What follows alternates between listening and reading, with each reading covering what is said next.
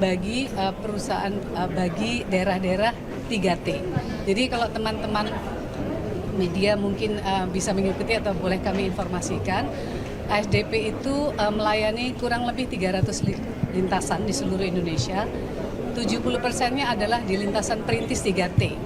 Nah, di lintasan 3T ini ASDP adalah satu-satunya operator, sehingga kalau ASDP sekali saja tidak berlayar, misalnya karena cuacanya buruk, harga-harga di tempat-tempat terpencil ini itu tiba-tiba bisa naik 3 kali lipat. Misalnya telur lah yang paling gampang.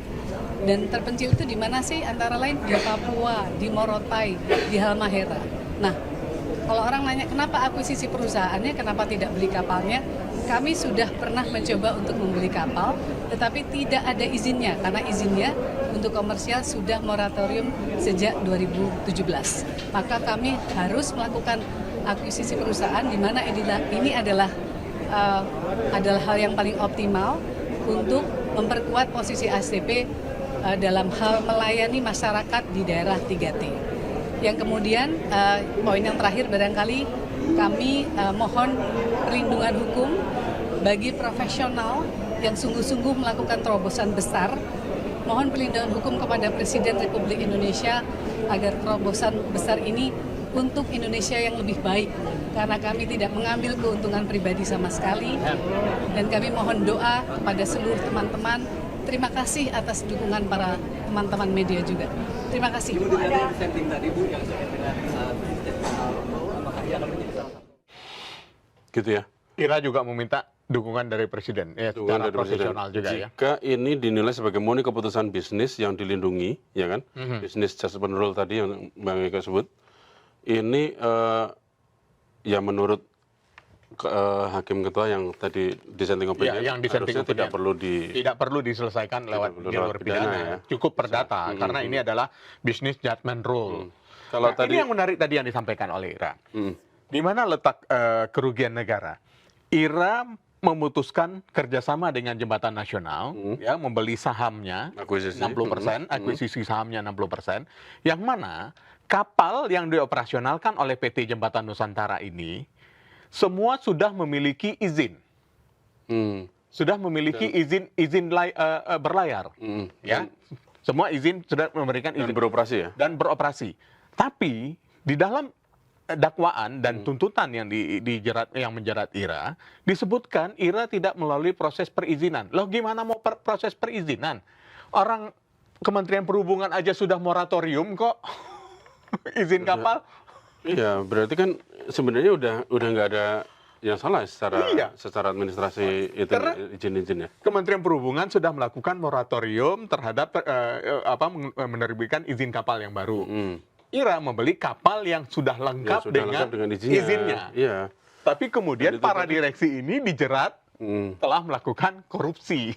Dan itu tadi juga disebutkan ASDP melayani 300 lintasan seluruh Indonesia. 300 lintasan seluruh Indonesia. Artinya urat nadi ekonomi juga tuh Bang ya? Iya, betul. ASDP ya? Betul. Melayani dari pulau ke pulau. Dan sangat gitu ditegaskan untuk 3T. Iya. Nah, terus ini kira-kira, ini tadi kan minta perlindungan profesi ya? Iya, minta perlindungan profesi. Presiden. Kira-kira karena kalau nggak ada perlindungan profesi, Ji, tiba-tiba Ji Teguh langsung diangkat jadi direksi. Ya kalau direksi BUMN kan kita nggak harus berkarir dari bawah di BUMN kan, bisa aja lah suatu saat ditunjuk. Terus tiba-tiba punya anggaran yang sekian. Harus melakukan melakukan inovasi sehingga harus mengeluarkan kebijakan. Berani nggak, Ji? Inovasinya tahu-tahu dianggap merugikan. Nah, padahal ini inovasinya sebenarnya kita udah track lurus aja lah ya. Betul. Nggak ada niatan ini. Itu kalau merugikan kena juga ya. Kena juga. Ini nantinya para direktur itu jadi nggak berani dong berinovasi Bang. Lebih baik main ini aja lah. Lebih baik main dana yang ada di BUMN, depositokan. Nah terus perkembangan depositokan. Terus ya udah dia tumbuh sendiri dengan bunga deposito. Nah ya berarti nggak ada gebrakan untuk kemajuan lagi dong ya. Kalau harus gitu kalau mau inovasi terus jadi takut ini kena korupsi? Iya, akhirnya pada ketakutan melakukan itu semua kan. Iya. Efeknya apa tuh nanti ke depan itu? Ya kalau gitu efeknya ya nggak ada manfaatnya BUMN itu. Gebrakan ya. Masa BUMN hanya mencari keuntungan hanya lewat dari bunga deposito Ya. atau bunga surat utang negara gitu. Bunga lagi ya. Riba itu. Padahal Tapi itu yang berpotensi dikorupsi itu padahal itu. Iya ya. Yang berpotensi dikorupsi adalah pada saat direksi BUMN tidak melakukan inovasi, tapi hanya mengandalkan Sebenarnya benefit dari simpanan di bank. benar. Sebenarnya kalau menurut saya inovasi yang itu dilihat sebagai gebrakan yang mendobrak cara lama untuk memajukan layanan terhadap masyarakat, terhadap rakyat, apalagi ini pulau-pulau terpencil 3T itu tadi ya.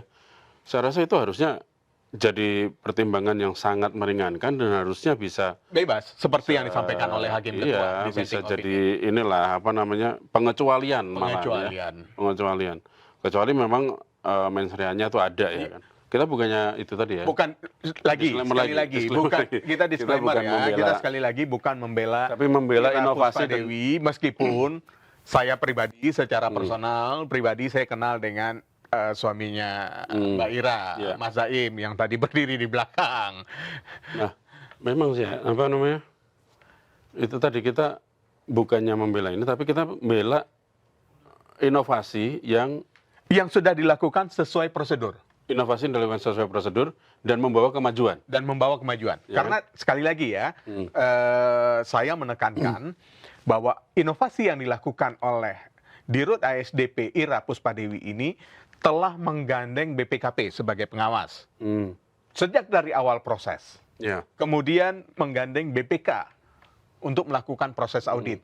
Dan audit ini tidak hanya BPK, juga dilakukan oleh audit eksternal. Kalau dalam pemeriksaan itu BPK itu menyebut ada kerugian negara nggak sih, Bang? Nggak ada. Nggak ada ya? Nggak ada. Semua prosedur telah dilewati, tapi tetap dijerat. Akhirnya menjadi ketakutan para direksi untuk melakukan inovasi-inovasi untuk mengembangkan untuk mengembangkan bisnis BUMN dan juga terutama karena ini adalah perusahaan plat merah, tentu saja harus membawa kemaslahatan bagi seluruh rakyat seluruh rakyat Indonesia. Kita coba dengar tanggapan hakim atas amicus curiae tadi Ya. itu. Tanggapan lain. Kita coba dengarkan dulu satu VT yang terakhir ya. Ya, tanggapan hakim. Tanggapan atas harus adil dan seimbang dengan tingkat kesalahan para terdakwa sebagai bentuk apresiasi negara terhadap pengabdian seorang yang profesional, maka lamanya pidana akan sebagaimana ditentukan dalam amar putusan. Menimbang bahwa dalam perkara ini majelis hakim telah menerima 4 surat pendapat dari sahabat pengadilan amicus curiae, di antaranya yaitu 1. Ikatan Alumni Pasca Sarjana Ilmu Manajemen FEB UI. 2. Profesor Rofikah Rohim SE, SIP, DEA, PhD, CA, IIA. 3. Alumni Fakultas Teknik Universitas Indonesia. 4. Insinyur Jamil Azaini MM. Selengkapnya isi surat dari sahabat pengadilan termuat lengkap dalam putusan ini.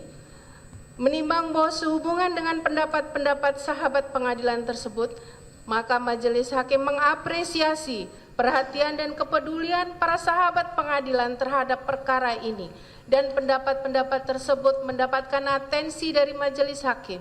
Setelah majelis hakim membaca seluruh pendapat-pendapat sahabat pengadilan tersebut, maka majelis hakim menyimpulkan bahwa secara keseluruhan narasi gabungan dari para amicus curiae ini membangun argumen bahwa akuisisi PTJN oleh ASDP adalah murni aksi korporasi yang didasari pertimbangan bisnis strategis, dilindungi oleh bisnis judgment rule, dan telah terbukti memberikan dampak positif baik secara finansial bagi perusahaan maupun secara kualitatif bagi pelayanan publik.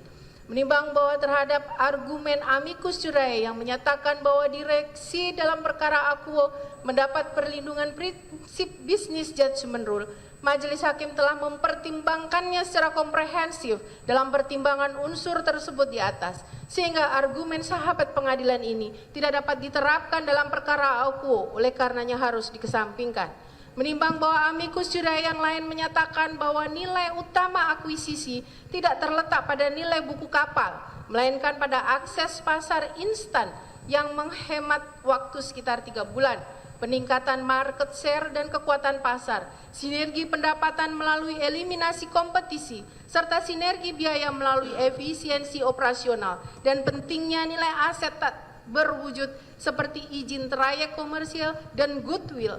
Terhadap argumen tersebut, Majelis Hakim memberikan pendapat sebagai berikut.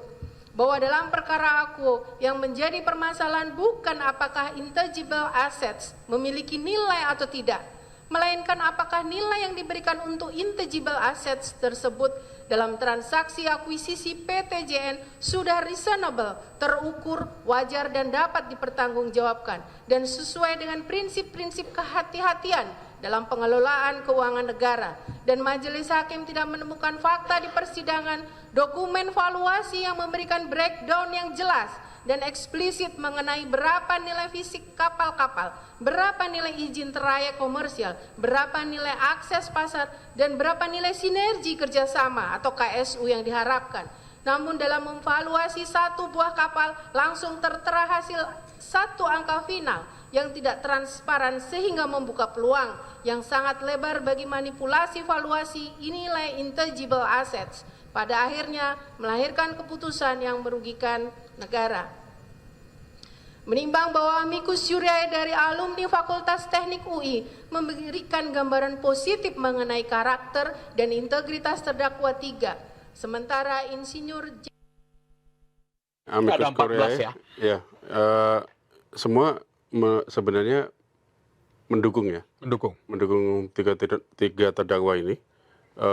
Keputusan mereka itu tadi ya, sebenarnya adalah keputusan bisnis yang sebenarnya udah on the track. Ya. Tapi ternyata hakim ada pertimbangan lain yang yang disebut tidak transparan itu tadi. Tidak transparan. Dan ini kalau saya pribadi menilainya adalah ini sebenarnya bisa menjadi pembelajaran bagi kita semua. Karena kalau seandainya inovasi dan kebijakan dan tidak memperkaya diri, ya, saya tekankan di memperkaya dirinya, tidak dilakukan, ya ini harusnya juga ada perlindungan atau ada perhatian khusus di dalam setiap kasus-kasus yang korupsi yang menjerat para profesional ini. Ya, apa namanya, bukan pemakluman ya, tapi lebih kepada pengecualian dikit lah ya, dari situ. Bukan pemakluman, benarnya Jito gue katakan, bukan pemakluman, tapi kita sama-sama mengawasi. Kalau memang dia memperkaya diri, kita sepakat, kita akan hukum kalau bisa seberat-beratnya. Ya, benar. Tapi kalau inovasi yang dilakukannya itu benar murni atas profesionalitasnya sebagai direksi atau komisaris, dan tidak sepatutnya akan mendapatkan hukuman, walaupun sehari sekalipun. Ya, meskipun itu terjadi kerugian ya, karena terjadi kerugian itu tadi kan ya namanya resiko bisnis kan. Ini kan dalam hal ini kan resiko bisnis kalau memang itu ada kerugian ya. Tapi kan kalau ada keuntungan ya harusnya bisa dilihat juga itu sebagai hal yang meringankan. Nah ini nanti kalau dipakai logika hukumnya dari sini, bisa kemana-mana ini sebenarnya. Bisa kemana-mana. Ini BUMN yang lain juga deg-degan ini posisinya. Betul. Apalagi yang satu itu, yang katanya utangnya berapa? Triliunan. Nah, itu dia. Ini juga ngeri ini. Nah, oke. Ke depan gimana nih? Ke depan itu saja. Mungkin kita perlu sama-sama mengawasi setiap inovasi dan inovasi-inovasi yang kemudian menelurkan kebijakan dari para direksi atau komisaris BUMN. Kita sama-sama melihat, kita sama-sama kita kaji apakah inovasi dan kebijakan yang ditelurkan, kebijakan yang mereka keluarkan ini benar-benar bermanfaat bagi negara, bagi masyarakat, dan apa yang menjadi cita-cita negara itu tercapai. Kalau itu benar dilakukan tanpa ada mengeruk keuntungan pribadi, Kita harus Harusnya- berikan apresiasi. Dan harusnya jadi pertimbangan ya. Dan itu harus jadi pertimbangan. Dan kita tunggu ya. Ini kan langkah berikutnya dari Ira Puspadewi ini belum ada nih kan. Betul. Masih akan mendiskusikan dengan kuasa hukumnya. Dengan kuasa hukum, apakah akan banding Ya. atau seperti apa? Nah, mudah-mudahan sih yang terbaik lah ya. Yang terbaik. Buat inovasi negeri ini biar ke depan bisa lebih maju, lebih cepat melayani rakyat. Intinya kan itu. Betul. Meskipun dengan gebrakan-gebrakan yang ya memang kadang akhirnya terus terbukti melanggar aturan, tapi kalau itu gebrakan buat rakyat kayaknya tanpa ada mens rea nih ya kita bicara. Nah, itu harusnya jadi yang namanya gebrakan lah ya. Dan itu Dan harusnya sebenarnya- jadi gebrakan iya. yang patut kita apresiasi. Oke. Oke, Sobat Indo. Jangan lupa komentar, komentarnya seperti apa ini tadi,